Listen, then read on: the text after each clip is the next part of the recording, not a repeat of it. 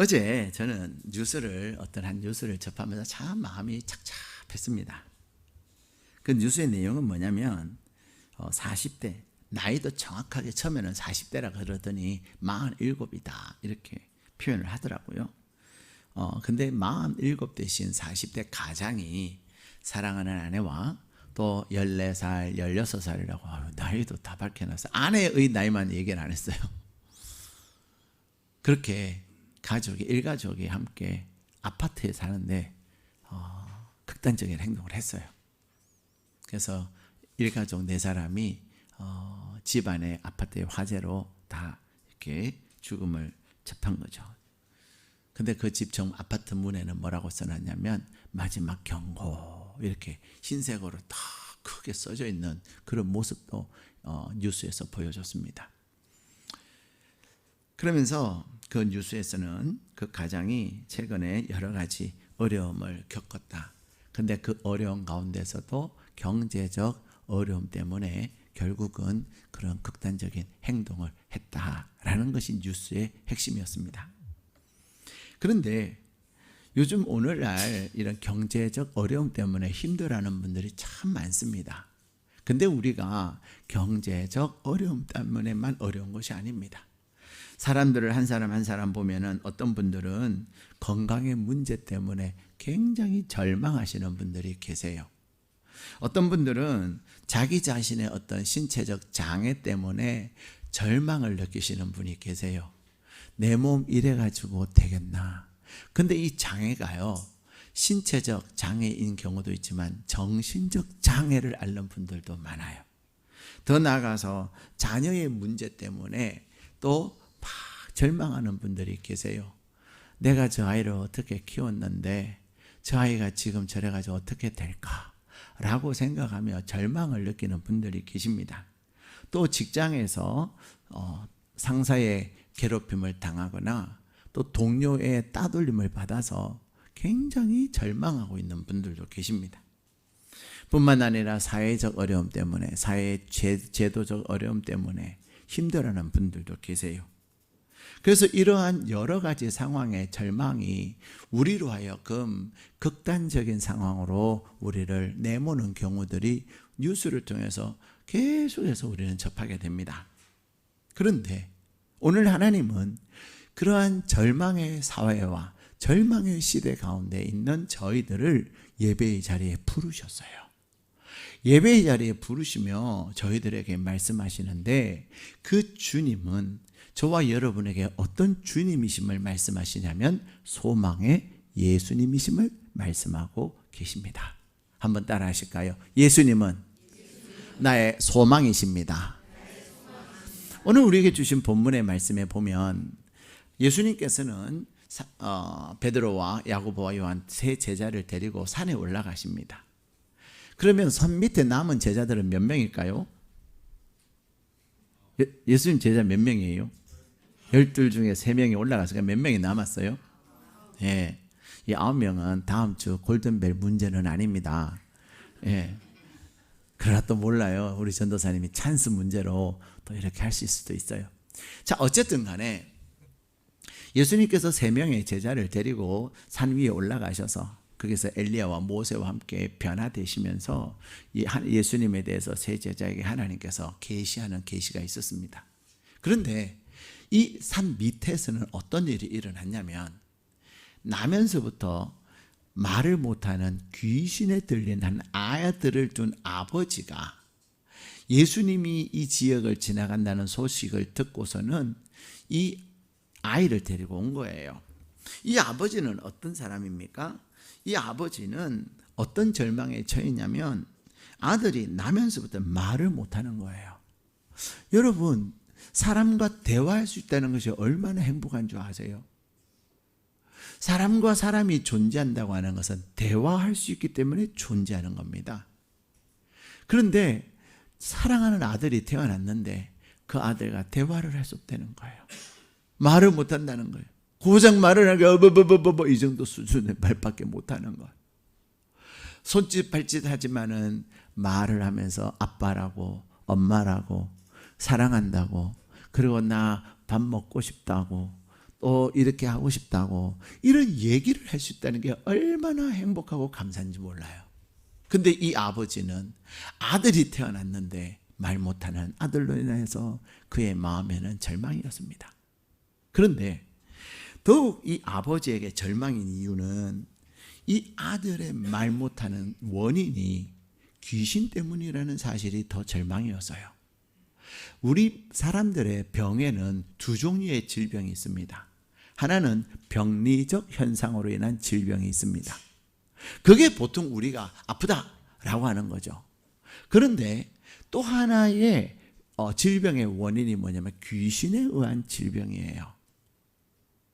오늘날 많은 사람들이 잘 안 믿죠, 이 말은. 근데 실제입니다. 실제예요. 우리 교회에도 그래서 제가 가끔 그런 얘기를 합니다. 아프시다고 하면은 병원을 가세요. 또 제가 아는 병원도 소개해드리고 그래요. 근데 병원에 갔는데도 나아요, 안 나아요? 안 나을 때가 있어요. 그러면 성도님들이 그런 얘기를 합니다. 파주시의 모든 병원과 고양시의 모든 병원을 다 다녀봤는데 낫지 않았습니다. 아까도 제가 말씀드린 것처럼 우리 이완근 집사님 원래 오늘 간증하시려고 했는데 제가 그래도 간증의 극대화를 위하여 예수사랑 큰잔치 첫날에 이렇게 간증을 하시도록 했어요.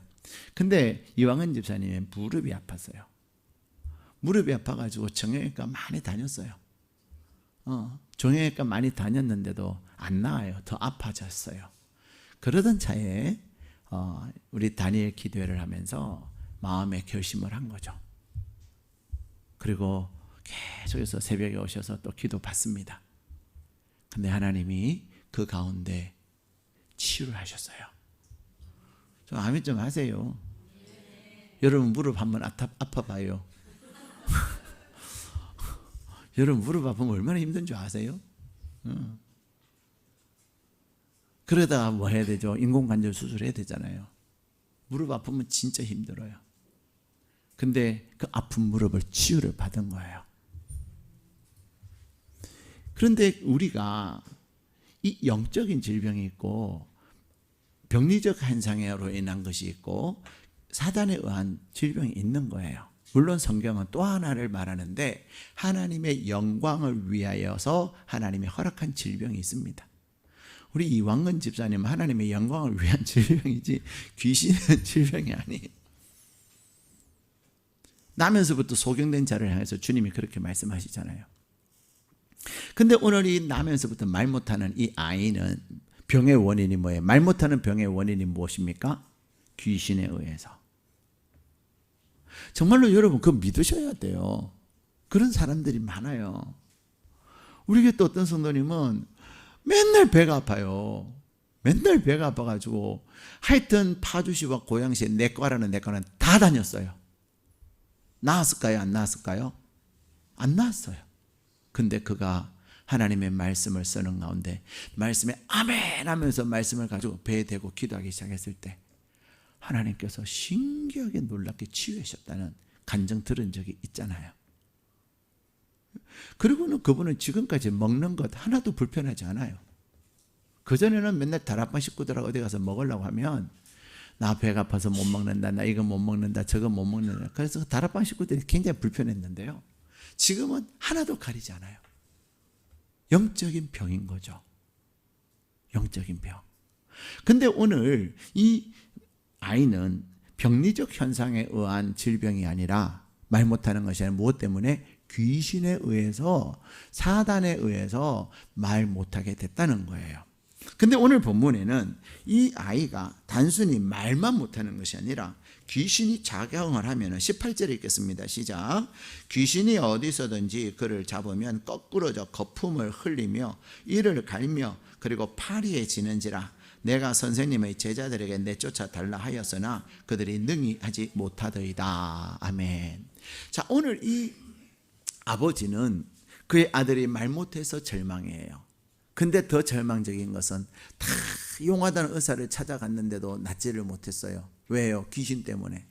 그러면은 이 사회에도 또 용하다고 하는 무당들이 있을까요? 없을까요? 있을 거 아니에요. 이 당시에도 이 점을 치거나 그러한 무당들은 있거든요. 그래서 하나님은 그렇게 무당이나 점치는 자를 죽여라 라고 말씀하시잖아요. 그런데 낫지를 않는 거예요. 거기다가 이 아이를 치유하기 위해서 이 병원 저 병원 다니는 동안에 무엇이 또 다 소실됐을까요? 경제적 박탈감. 그렇죠? 병원비가 얼마나 비싸요. 이 당시에는 의료보험 제도도 없는데 이 아버지에게는 경제적 제약도 절망이었어요. 집에 아픈 사람 한 사람이 있으면 그 사람에게는 사람이 한 사람 매이잖아요.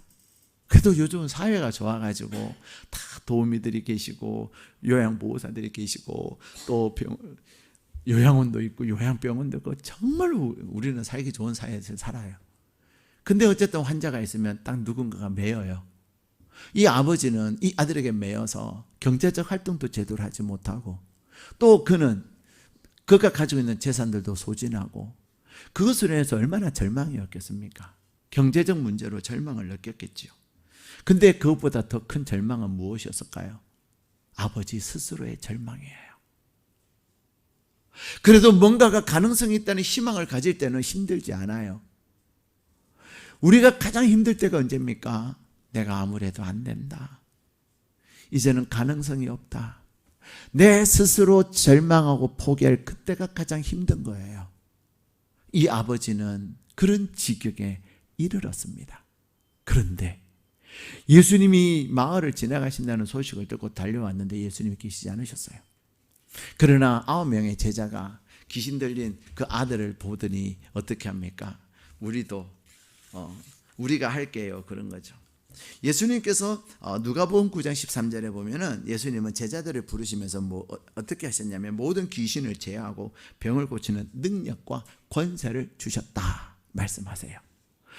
정말로 예수님은 제자들에게 귀신을 제어하는, 다시 말하면 선포할 때 귀신이 떠나가고 귀신이 힘을 쓰지 못하게 하는 능력을 주셨고요. 거기다가 병을 고치는 권세와 능력을 주셨어요. 이 병을 고치는 능력과 권세, 이 표현이 참 재밌죠. 병이라고 하는 것은 우리의 신체의 기능이 좀 어긋난 것들, 그렇죠? 제대로 작용을 못하는 그런 것들이 딱 되면 병이 되잖아요. 디스크 뭐예요? 뼈와 뼈의 간격이 좁아진 거죠. 근데 이것을 향하여 명령하면 디스크의 간격이 다시 정상화되는 것을 뭐라 그래요? 권세라는 거예요. 오늘 목사님이 희한한 얘기를 많이 하시네. 이해가 잘 안 되네. 나중에 저에게 다시 찾아와서 다 잘 설명해 드릴게요. 여러분, 이 병을 고치는 권세, 다시 말하면 예를 들어서 소화불량이 됐어요. 급체를 했어요. 급체하면 막 머리 아프고 얼굴 하얘지고, 그죠? 온몸이 막 꼬이고. 근데 뭐예요? 뭔가가 먹었는데 여기서 딱 걸려가지고 안 내려가는 거죠. 근데 이 걸려있는 이것을 내려가라! 선포할 때 얘가 내려갈 수 있어요, 없어요? 이것이 권세라는 거예요. 우리는 페스타를 먹든 할명수를 먹든 따든 그렇게 해서 이렇게 해결을 하려고 하는데, 그렇게 약으로도 해결할 수 있지만 예수의 이름으로 명령할 때 이 걸려있는 것이 툭 내려갈 수 있다니까요. 그것을 병을 고치는 권세와 능력이라고 얘기하는 겁니다. 우리 몸 안에 있는 그 기능들이나 그 다음에 질서들, 갑자기 우리 허리 삐걱할 때 신경을 눌러요. 누르는 그 신경을 다시 원위치 시킬 수 있어요, 없어요? 있단 말이에요. 그런 것을 권세와 능력이라고 얘기하는 겁니다. 근데 하나님께서, 예수님께서는 제자들에게 그런 권세와 능력 주셨고 귀신을 제어할 수 있게 하셨어요. 그래서 또 누가복음 10장 17절에 보면 예수님께서 70인의 제자들을 둘씩 전도를 보내실 때 그들에게 무엇을 주셨어요? 귀신을 쫓아내는 권세를 주셨어요. 그렇기 때문에 그들이 전도 나갔다가 귀신을 쫓아내고 돌아왔습니다. 그래서 그들이 뭐라 그래요? 주여, 주의 이름으로 귀신들을 향하여서 선포하였더니 귀신들이 우리에게 항복을 하더이다. 항복을 하더이다. 이렇게 제자들이 병을 고치고 귀신을 쫓아내는 그런 일들을 했습니다. 여러분, 오늘날 귀신이 있어요, 없어요? 오늘 진짜 교회 갔는데 귀신 얘기마다 끝나는 것 같으네요. 여러분, 저도 귀신을 쫓아내요. 여러분도 귀신을 쫓아낼 수 있어요. 어떻게? 믿음으로. 믿음으로. 지난번에는 2018년에 인도네시아 선교를 갔는데 예배를 마쳤더니 선교사님, 목사님 환자가 있어서 좀 기도 좀 해주세요. 그래요. 그래서 환자인 줄 알았어요. 갔더니 귀신 들린 여인이었어요. 네. 그래서 그 여인을 향하여서 기도해주고 계속 선포하고 한 2시간 동안 싸웠어요. 귀신이요, 우리가 간다고 바로 쑥 도망가고 이러지 않아요. 안 나가려고 얼마나 버티는데요. 그 여인에게 들어온 지 10년이 넘었어요. 딸이 갑자기 자살을 한 그것 때문에, 그 충격 때문에요. 이 여인이 이제 귀신에 사로잡힌 거예요. 너무너무 슬퍼서 맨날 슬퍼하는 거죠. 그래서 그 여인이 보니까 교회를 다니면서도 막 부적 이불 안에 집어넣고, 근데 그런 것들 다 꺼내게 해가지고 물리친 거죠. 그뿐만이 아니에요. 초창기 때 우리 교회 어떤 한 교인이 갑자기 막 거품 물고 발작하는 거죠. 일산 중심교회 있을 때도 한 밤 12시 되면 전화가 와요. 목사님, 내 아내가 이상해졌어요. 어떨 때는 새벽 7시, 아침 7시. 가서 예수의 이름으로 선포할 때 떠나는 거죠. 귀신들이 쫓아 떠나니까 제가 목사하는 거지, 귀신들에게 졌으면 목사 안 합니다. 어쨌든 중요한 것은 이 제자들이 그랬다는 거예요. 이 제자들이 그런 권세를 가지고 있었기 때문에 이 아들을 대서 자신감을 가지고 선포하고 했는데, 중요한 것은 귀신이 떠났다 안 떠났다? 안 떠났다는 거예요. 오히려 더 발작을 하면서, 여기 보면 말만 못하는 줄 알았는데 거품 물고 이를 갈고 막 얼굴을 파리 해주고, 여러분 그런 현장 보셨나요? 갑자기 사람이 팍 쓰러지면서 막 거품 물면서 막 몸 꼬여지고 막 이상한 소리 막 지르고 이런 거. 얼마나 제자들이 놀랐겠어요. 그러던 차에 주님이 오신 거죠. 그러면서 이 아버지가 주님에게 이렇게 말씀하십니다. 자, 우리 22절 말씀 같이 읽겠습니다. 시작. 귀신이 그를 죽이려고 불과 물에 자주 던졌나이다. 그러나 무엇을 하실 수 있거든 우리를 불쌍히 여기사 도와주옵소서. 아멘. 이 아버지가 뭐라 그래요? 무엇을 하실 수 있거든. 끝까지만 딱 줄을 치세요. 무엇을 하실 수 있거든. 아들로 인하여서, 귀신으로 인하여 말 못하는 병에 걸린 이 아들로 인하여서 절망하고 있는 이 아버지, 경제적 모든 것을 다 소진하고 경제적 절망에 빠져 있는 아버지, 자기 자신의 삶을 돌아보면서 비참해하는 이 아버지, 근데 절망하고 있는 이 아버지에게 예수님께서 한마디를 탁 던집니다. 이 아버지는 예수님 하실 수 있으면 하시고, 이 말은 무슨 말이에요? 못하면 손 떼세요, 이 말이잖아요. 그런데 우리 주님은 뭐라 그러세요? 23절 읽겠습니다. 시작. 예수께서 이르시되 할 수 있거든이 무슨 말이냐? 믿는 자에게는 능히 하지 못할 일이 없느니라. 아멘. 예수님께서는 이 아버지에게 할 수 있으면이라고 말하지 말아라. 너가 믿으면, 너가 절망 가운데 믿음이 없지만 너가 믿으면 어떻게 된다는 거예요? 너의 평생 절망이었던 네 아들이 나음을 입을 것을 말씀하고 계세요. 저는 성도님들과 상담하면서 가끔 말씀드립니다. 이렇게 하셔요. 이렇게 하면 반드시 하나님이 일을 하실 겁니다. 근데 두 종류의 사람들이 있어요. 어떤 분은 진짜 순종하는 분이 계세요. 그분들은 다 하나님의 일하심을 경험을 하셨습니다. 간증도 하시고요. 근데 어떤 분은 말을 해도 안 들어요. 그럼 어쩔 수 없는 거예요. 안 믿기 때문에. 설마 되겠나? 설마 되겠나? 안 믿기 때문에 안 듣는 거죠. 근데 여러분, 오늘 주님은 절망 가운데 있는 이 아버지에게 소망이 되셨어요.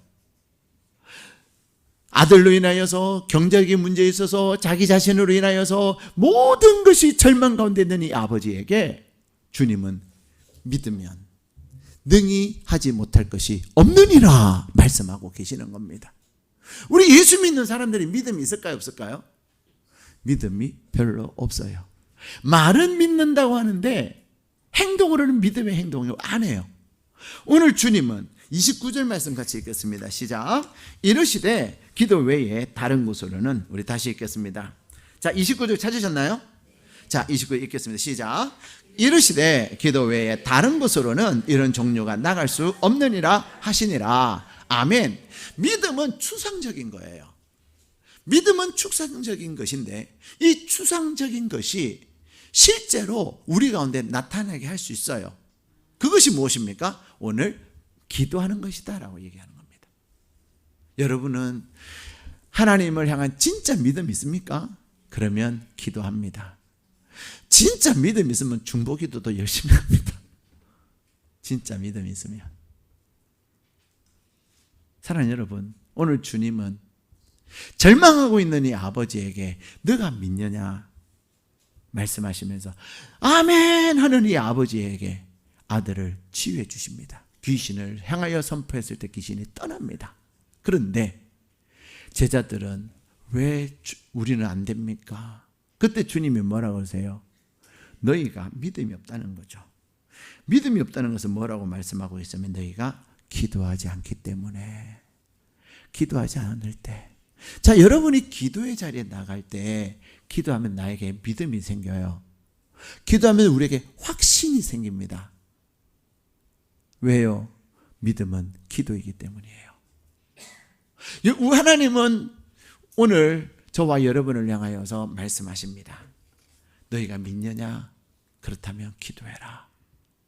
너희가 진짜 예수님이 소망이 되고 너의 절망을 소망으로 바꾸고 너의 모든 것을 해결하기 위해서는 기도해라. 기도 중에 최고의 기도는요, 금식 기도지만 요즘은 금식 기도 잘 안 하잖아요. 그래서 제가 새벽 기도 하라 그래요. 여러분이 작정하고 새벽에 기도해 보세요. 새벽에 도우시는 하나님의 놀라운 역사가 있습니다. 루돌프 윌마라고 하는 한 여인이 있었습니다. 이 사람은 미국에서 태어난 사람인데 이 사람이 태어날 때 소아마비를 알아요. 소아마비를 알으면서 걸으면서 절어요. 근데 이 윌마의 마음에는 나도 뛰고 싶다는 거죠. 그래서 엄마, 나도 다른 아이들처럼 뛰고 싶어요. 그랬더니 이 어머니가 뭐라고 그러냐면 윌마야, 너가 할 수 있는 것은 믿는 것밖에 없다. 믿는 것은 뭘 믿는다는 거예요? 하나님이 소아마비로 뛸 수 없는 나, 지금 보조기를 차고 겨우 보조기를 가지고 걷는, 누가 잡아줘서 걷는 그런 걸음, 뒤뚱뒤뚱하는 그런 걸음하는 윌마, 너가 바로 걸을 수 있기 위해서는 믿는 것밖에 없다. 무엇을 믿어요? 하나님이 나를 바로 걷게 하신다는 것. 너가 뛸 수 있게 될 거라고 믿는다면 하나님께서 그렇게 하실 것이다. 여러분, 만약에 여러분이 소아마비로 다리를 절면 뛸 수 있을 거라고 그런 믿음을 가질 수 있어요? 난 소아마비야, 나 안 돼. 아무리 얘기를 해도 하나님이 한다고 그래요. 그래도요, 나는 소아마비거든요. 못 뛰거든요. 내 안에는 안 된다고 하는 패배감이 딱 절어 있는 거예요. 의사가 얘기한 그것으로 인해서, 또 사회적 질병에 대한 통념으로 인해서. 근데 이 어머니는 하나님이 너를 걷게 하시면 될 수 있다. 그러자 이 윌마는요, 정말 엄마의 말을 듣는 순간 마음에 확 믿음이 온 거죠. 그래서 그때부터 보조기를 뗍니다. 소아마비 환자가 보조기를 떼고서는 언니 오빠의 부축을 받으면 걷는 연습을 하는 거예요. 그리고 그가 12살 되던 해에 의사와 부모 앞에서 누구의 의지도 하지 아니하고 두 발로 똑바로 걷기 시작한 거예요. 의사도 놀랍니다. 그런데 더 놀라운 것은 이제 두 발로 똑바로 걷고 뛸 수 있었던 이 윌마는요, 나 농구하고 싶어 그런 거죠. 그래서 농구하고 싶어. 그래서 농구 코치에게 가서 그가 고등학생 때 나 농구 연습할 수 있도록 도와주세요. 코치님이 나 하루에 10분씩만 딱 가르쳐주면, 도와주면 나 농구 선수 할 수 있어요. 그런 거. 기가 막히잖아요. 그래서 여러분 뭐라 그러겠어요? 윌마한테. 그냥 그 정도 뛰면 됐지. 하여튼 욕심은 많아가지고 이러지 않겠어요? 근데 이 코치는 이 윌마의 마음이 너무 간절하니까 그럼 내가 하루에 10분씩 해줄게. 그러면서 연습을 하기 시작한 이 윌마가요, 최우수 선수가 돼요. 농구는 굉장히 격한 운동이잖아요. 농구 보면은 막 소리가 삐죽삐죽삐죽 소리가 나고 그냥 얼마나 턴도 막 이게 돌고 막 그러잖아요. 근데 이 윌마는, 소아마비 환자였던 윌마는 걷고 뛰면서 농구 선수가 된 거야. 그러던 어느 날 이 심판하시는 분이 윌마의 몸 동작을 보면서 새로운 제안을 해요. 윌마 선수, 당신 육상 선수 해보면 어떠냐고. 육상. 그래서 농구 시즌이 끝나고 윌마는 육상 연습을 합니다. 그의 마음에는 하나님이 나를 육상 선수로서 대승하게 할 것에 대한 믿음을 가진 거예요. 그리고 기적은 일어납니다. 그가 자기의 주에서 대표가 되고요, 결국 미국에서 최우수 육상 선수가 되고, 그가 1956년 호주 멜버른 올림픽에서 금메달리스트가 되는 200m에서 금메달을 따요. 그리고 1956년 멜버른 올림픽에서 금메달을 따고서는 1960년 로마 올림픽에서 100m, 200m, 400m 계주에서 금메달을 땁니다. 미국 최초의 여성 3관왕이 되는 쾌거를 이루고요. 거기다가 이 윌마는 흑인이에요. 흑인의 벽을 깨트리고, 여성의 벽을 깨트리고, 그리고 장애의 벽을 깨트리고, 장애의 절망을 깨트리고, 그는 올림픽 상관왕이 되는 겁니다. 이게 그냥 동화가 아니고 역사예요, 역사. 이 윌마로 하여금 그런 위대한 일을 할 수 있게 된 건 뭐냐? 믿음이라는 겁니다. 믿음은 바라는 것들의 실상이라고 말씀하셨는데, 여러분이 하나님을 믿는다면 여러분은 믿음을 가질 수 있습니다. 윌마야 너 대단하다고 얘기할 때, 아니야, 하나님이 하셔서라고 고백을 하는 겁니다. 소아마비로 제대로 걸을 수 없는 보조기에 의지해서 겨우 뒤뚱뒤뚱 걷는 한 소녀가 금메달 3관왕이 될 수 있었던 것은 하나님의 은혜예요. 그러나 그 은혜를 무엇으로? 그가 예수님에 대한 소망을 가지고, 예수님에 대한 소망을 가지고 할 수 있거든이 믿는 자에게는 능히 하지 못할 것이 없느니라. 이중부정은 강한 긍정이에요. 오늘 여러분 안에 어떤 안 된다는 생각을 가지고 계십니까? 여러분의 마음에 불가능하다고 생각하는 것이 무엇입니까? 그런 불가능하여 절망하고, 환경으로 인하여 절망하고, 자연으로 인하여 낙심하고 있는 저와 여러분을 하나님이 오늘 부르셔서, 나는 너에게 소망의 예수님으로 임하기를 원한다. 너의 절망의 상황을 내가 소망으로 바꾸기를 원한다. 그러나 절망이 소망으로 전환되기 위해서 너는 믿어야 되느니라. 누구를 믿는 거예요? 예수님을 믿는 것입니다. 예수님께서 나에게 행하실 것을 믿고, 그 믿음은 무엇으로 행동으로 나타나는데? 기도하며. 믿고 기도하면 하나님은 뭐라고 말씀해요? 받은 줄로 믿어라. 사랑하는 여러분, 12월 14일 날 목요일 저녁을 꼭 기억하십시오. 12월 14일 날 목요일 저녁에는 목요 기도회 때 영화를 한 편 보여드리려고 해요. 기적을 믿는 소녀라는 영화입니다. 2023년 7월에 상영한 영화인데, 그 영화의 주인공 이름이 뭐냐면요, 사라예요. 그래서 내가 사라? 어제 우리 최시원 청년 식당 이름이 사라인데 사라인데요, 그 사라가 어느 날 하나님을 대한 믿음을 가지기 시작한 거예요. 그러고는 그를 통해서 기적이 일어나는데, 잠깐 여러분들이 한번 보십시오. 기적을 믿는 소녀라고 하는 영화의 예고편, 2분 24초짜리 예고편이에요. 예고편을 통해서 여러분의 마음에 믿음이 임하기를 축복하고, 또 온전한, 사랑하는 여러분, 우리는 절망의 세상 가운데서 살아가고 있고, 또 내 스스로도 많은 절망을 겪고 있지만, 주님은, 이 땅에 오신 주님은 저와 여러분에게, 절망에 있는 우리에게 소망의 주님이 되시기를 원하십니다. 주님 오늘 물으십니다. 믿느냐? 너가 믿느냐? 여러분이 믿고 그 믿음을 가지고 기도할 때 여러분의 삶에 하나님은 기적을 베푸실 것입니다. 이번 대림절을 통해서 주님 오심을 기다림을 통해서 기적을 여러분 산 건데 소망을 주시는 주님을 꼭 만날 수 있기를 바랍니다. 여러분이 만난 그 주님 꼭 여러분의 VIP들에게 자랑하고 전하여서 이번 성탄절에 주님을 만나고 또 주님을 증거하는 귀한 시간 될 수 있기를 주님의 이름으로 축복합니다.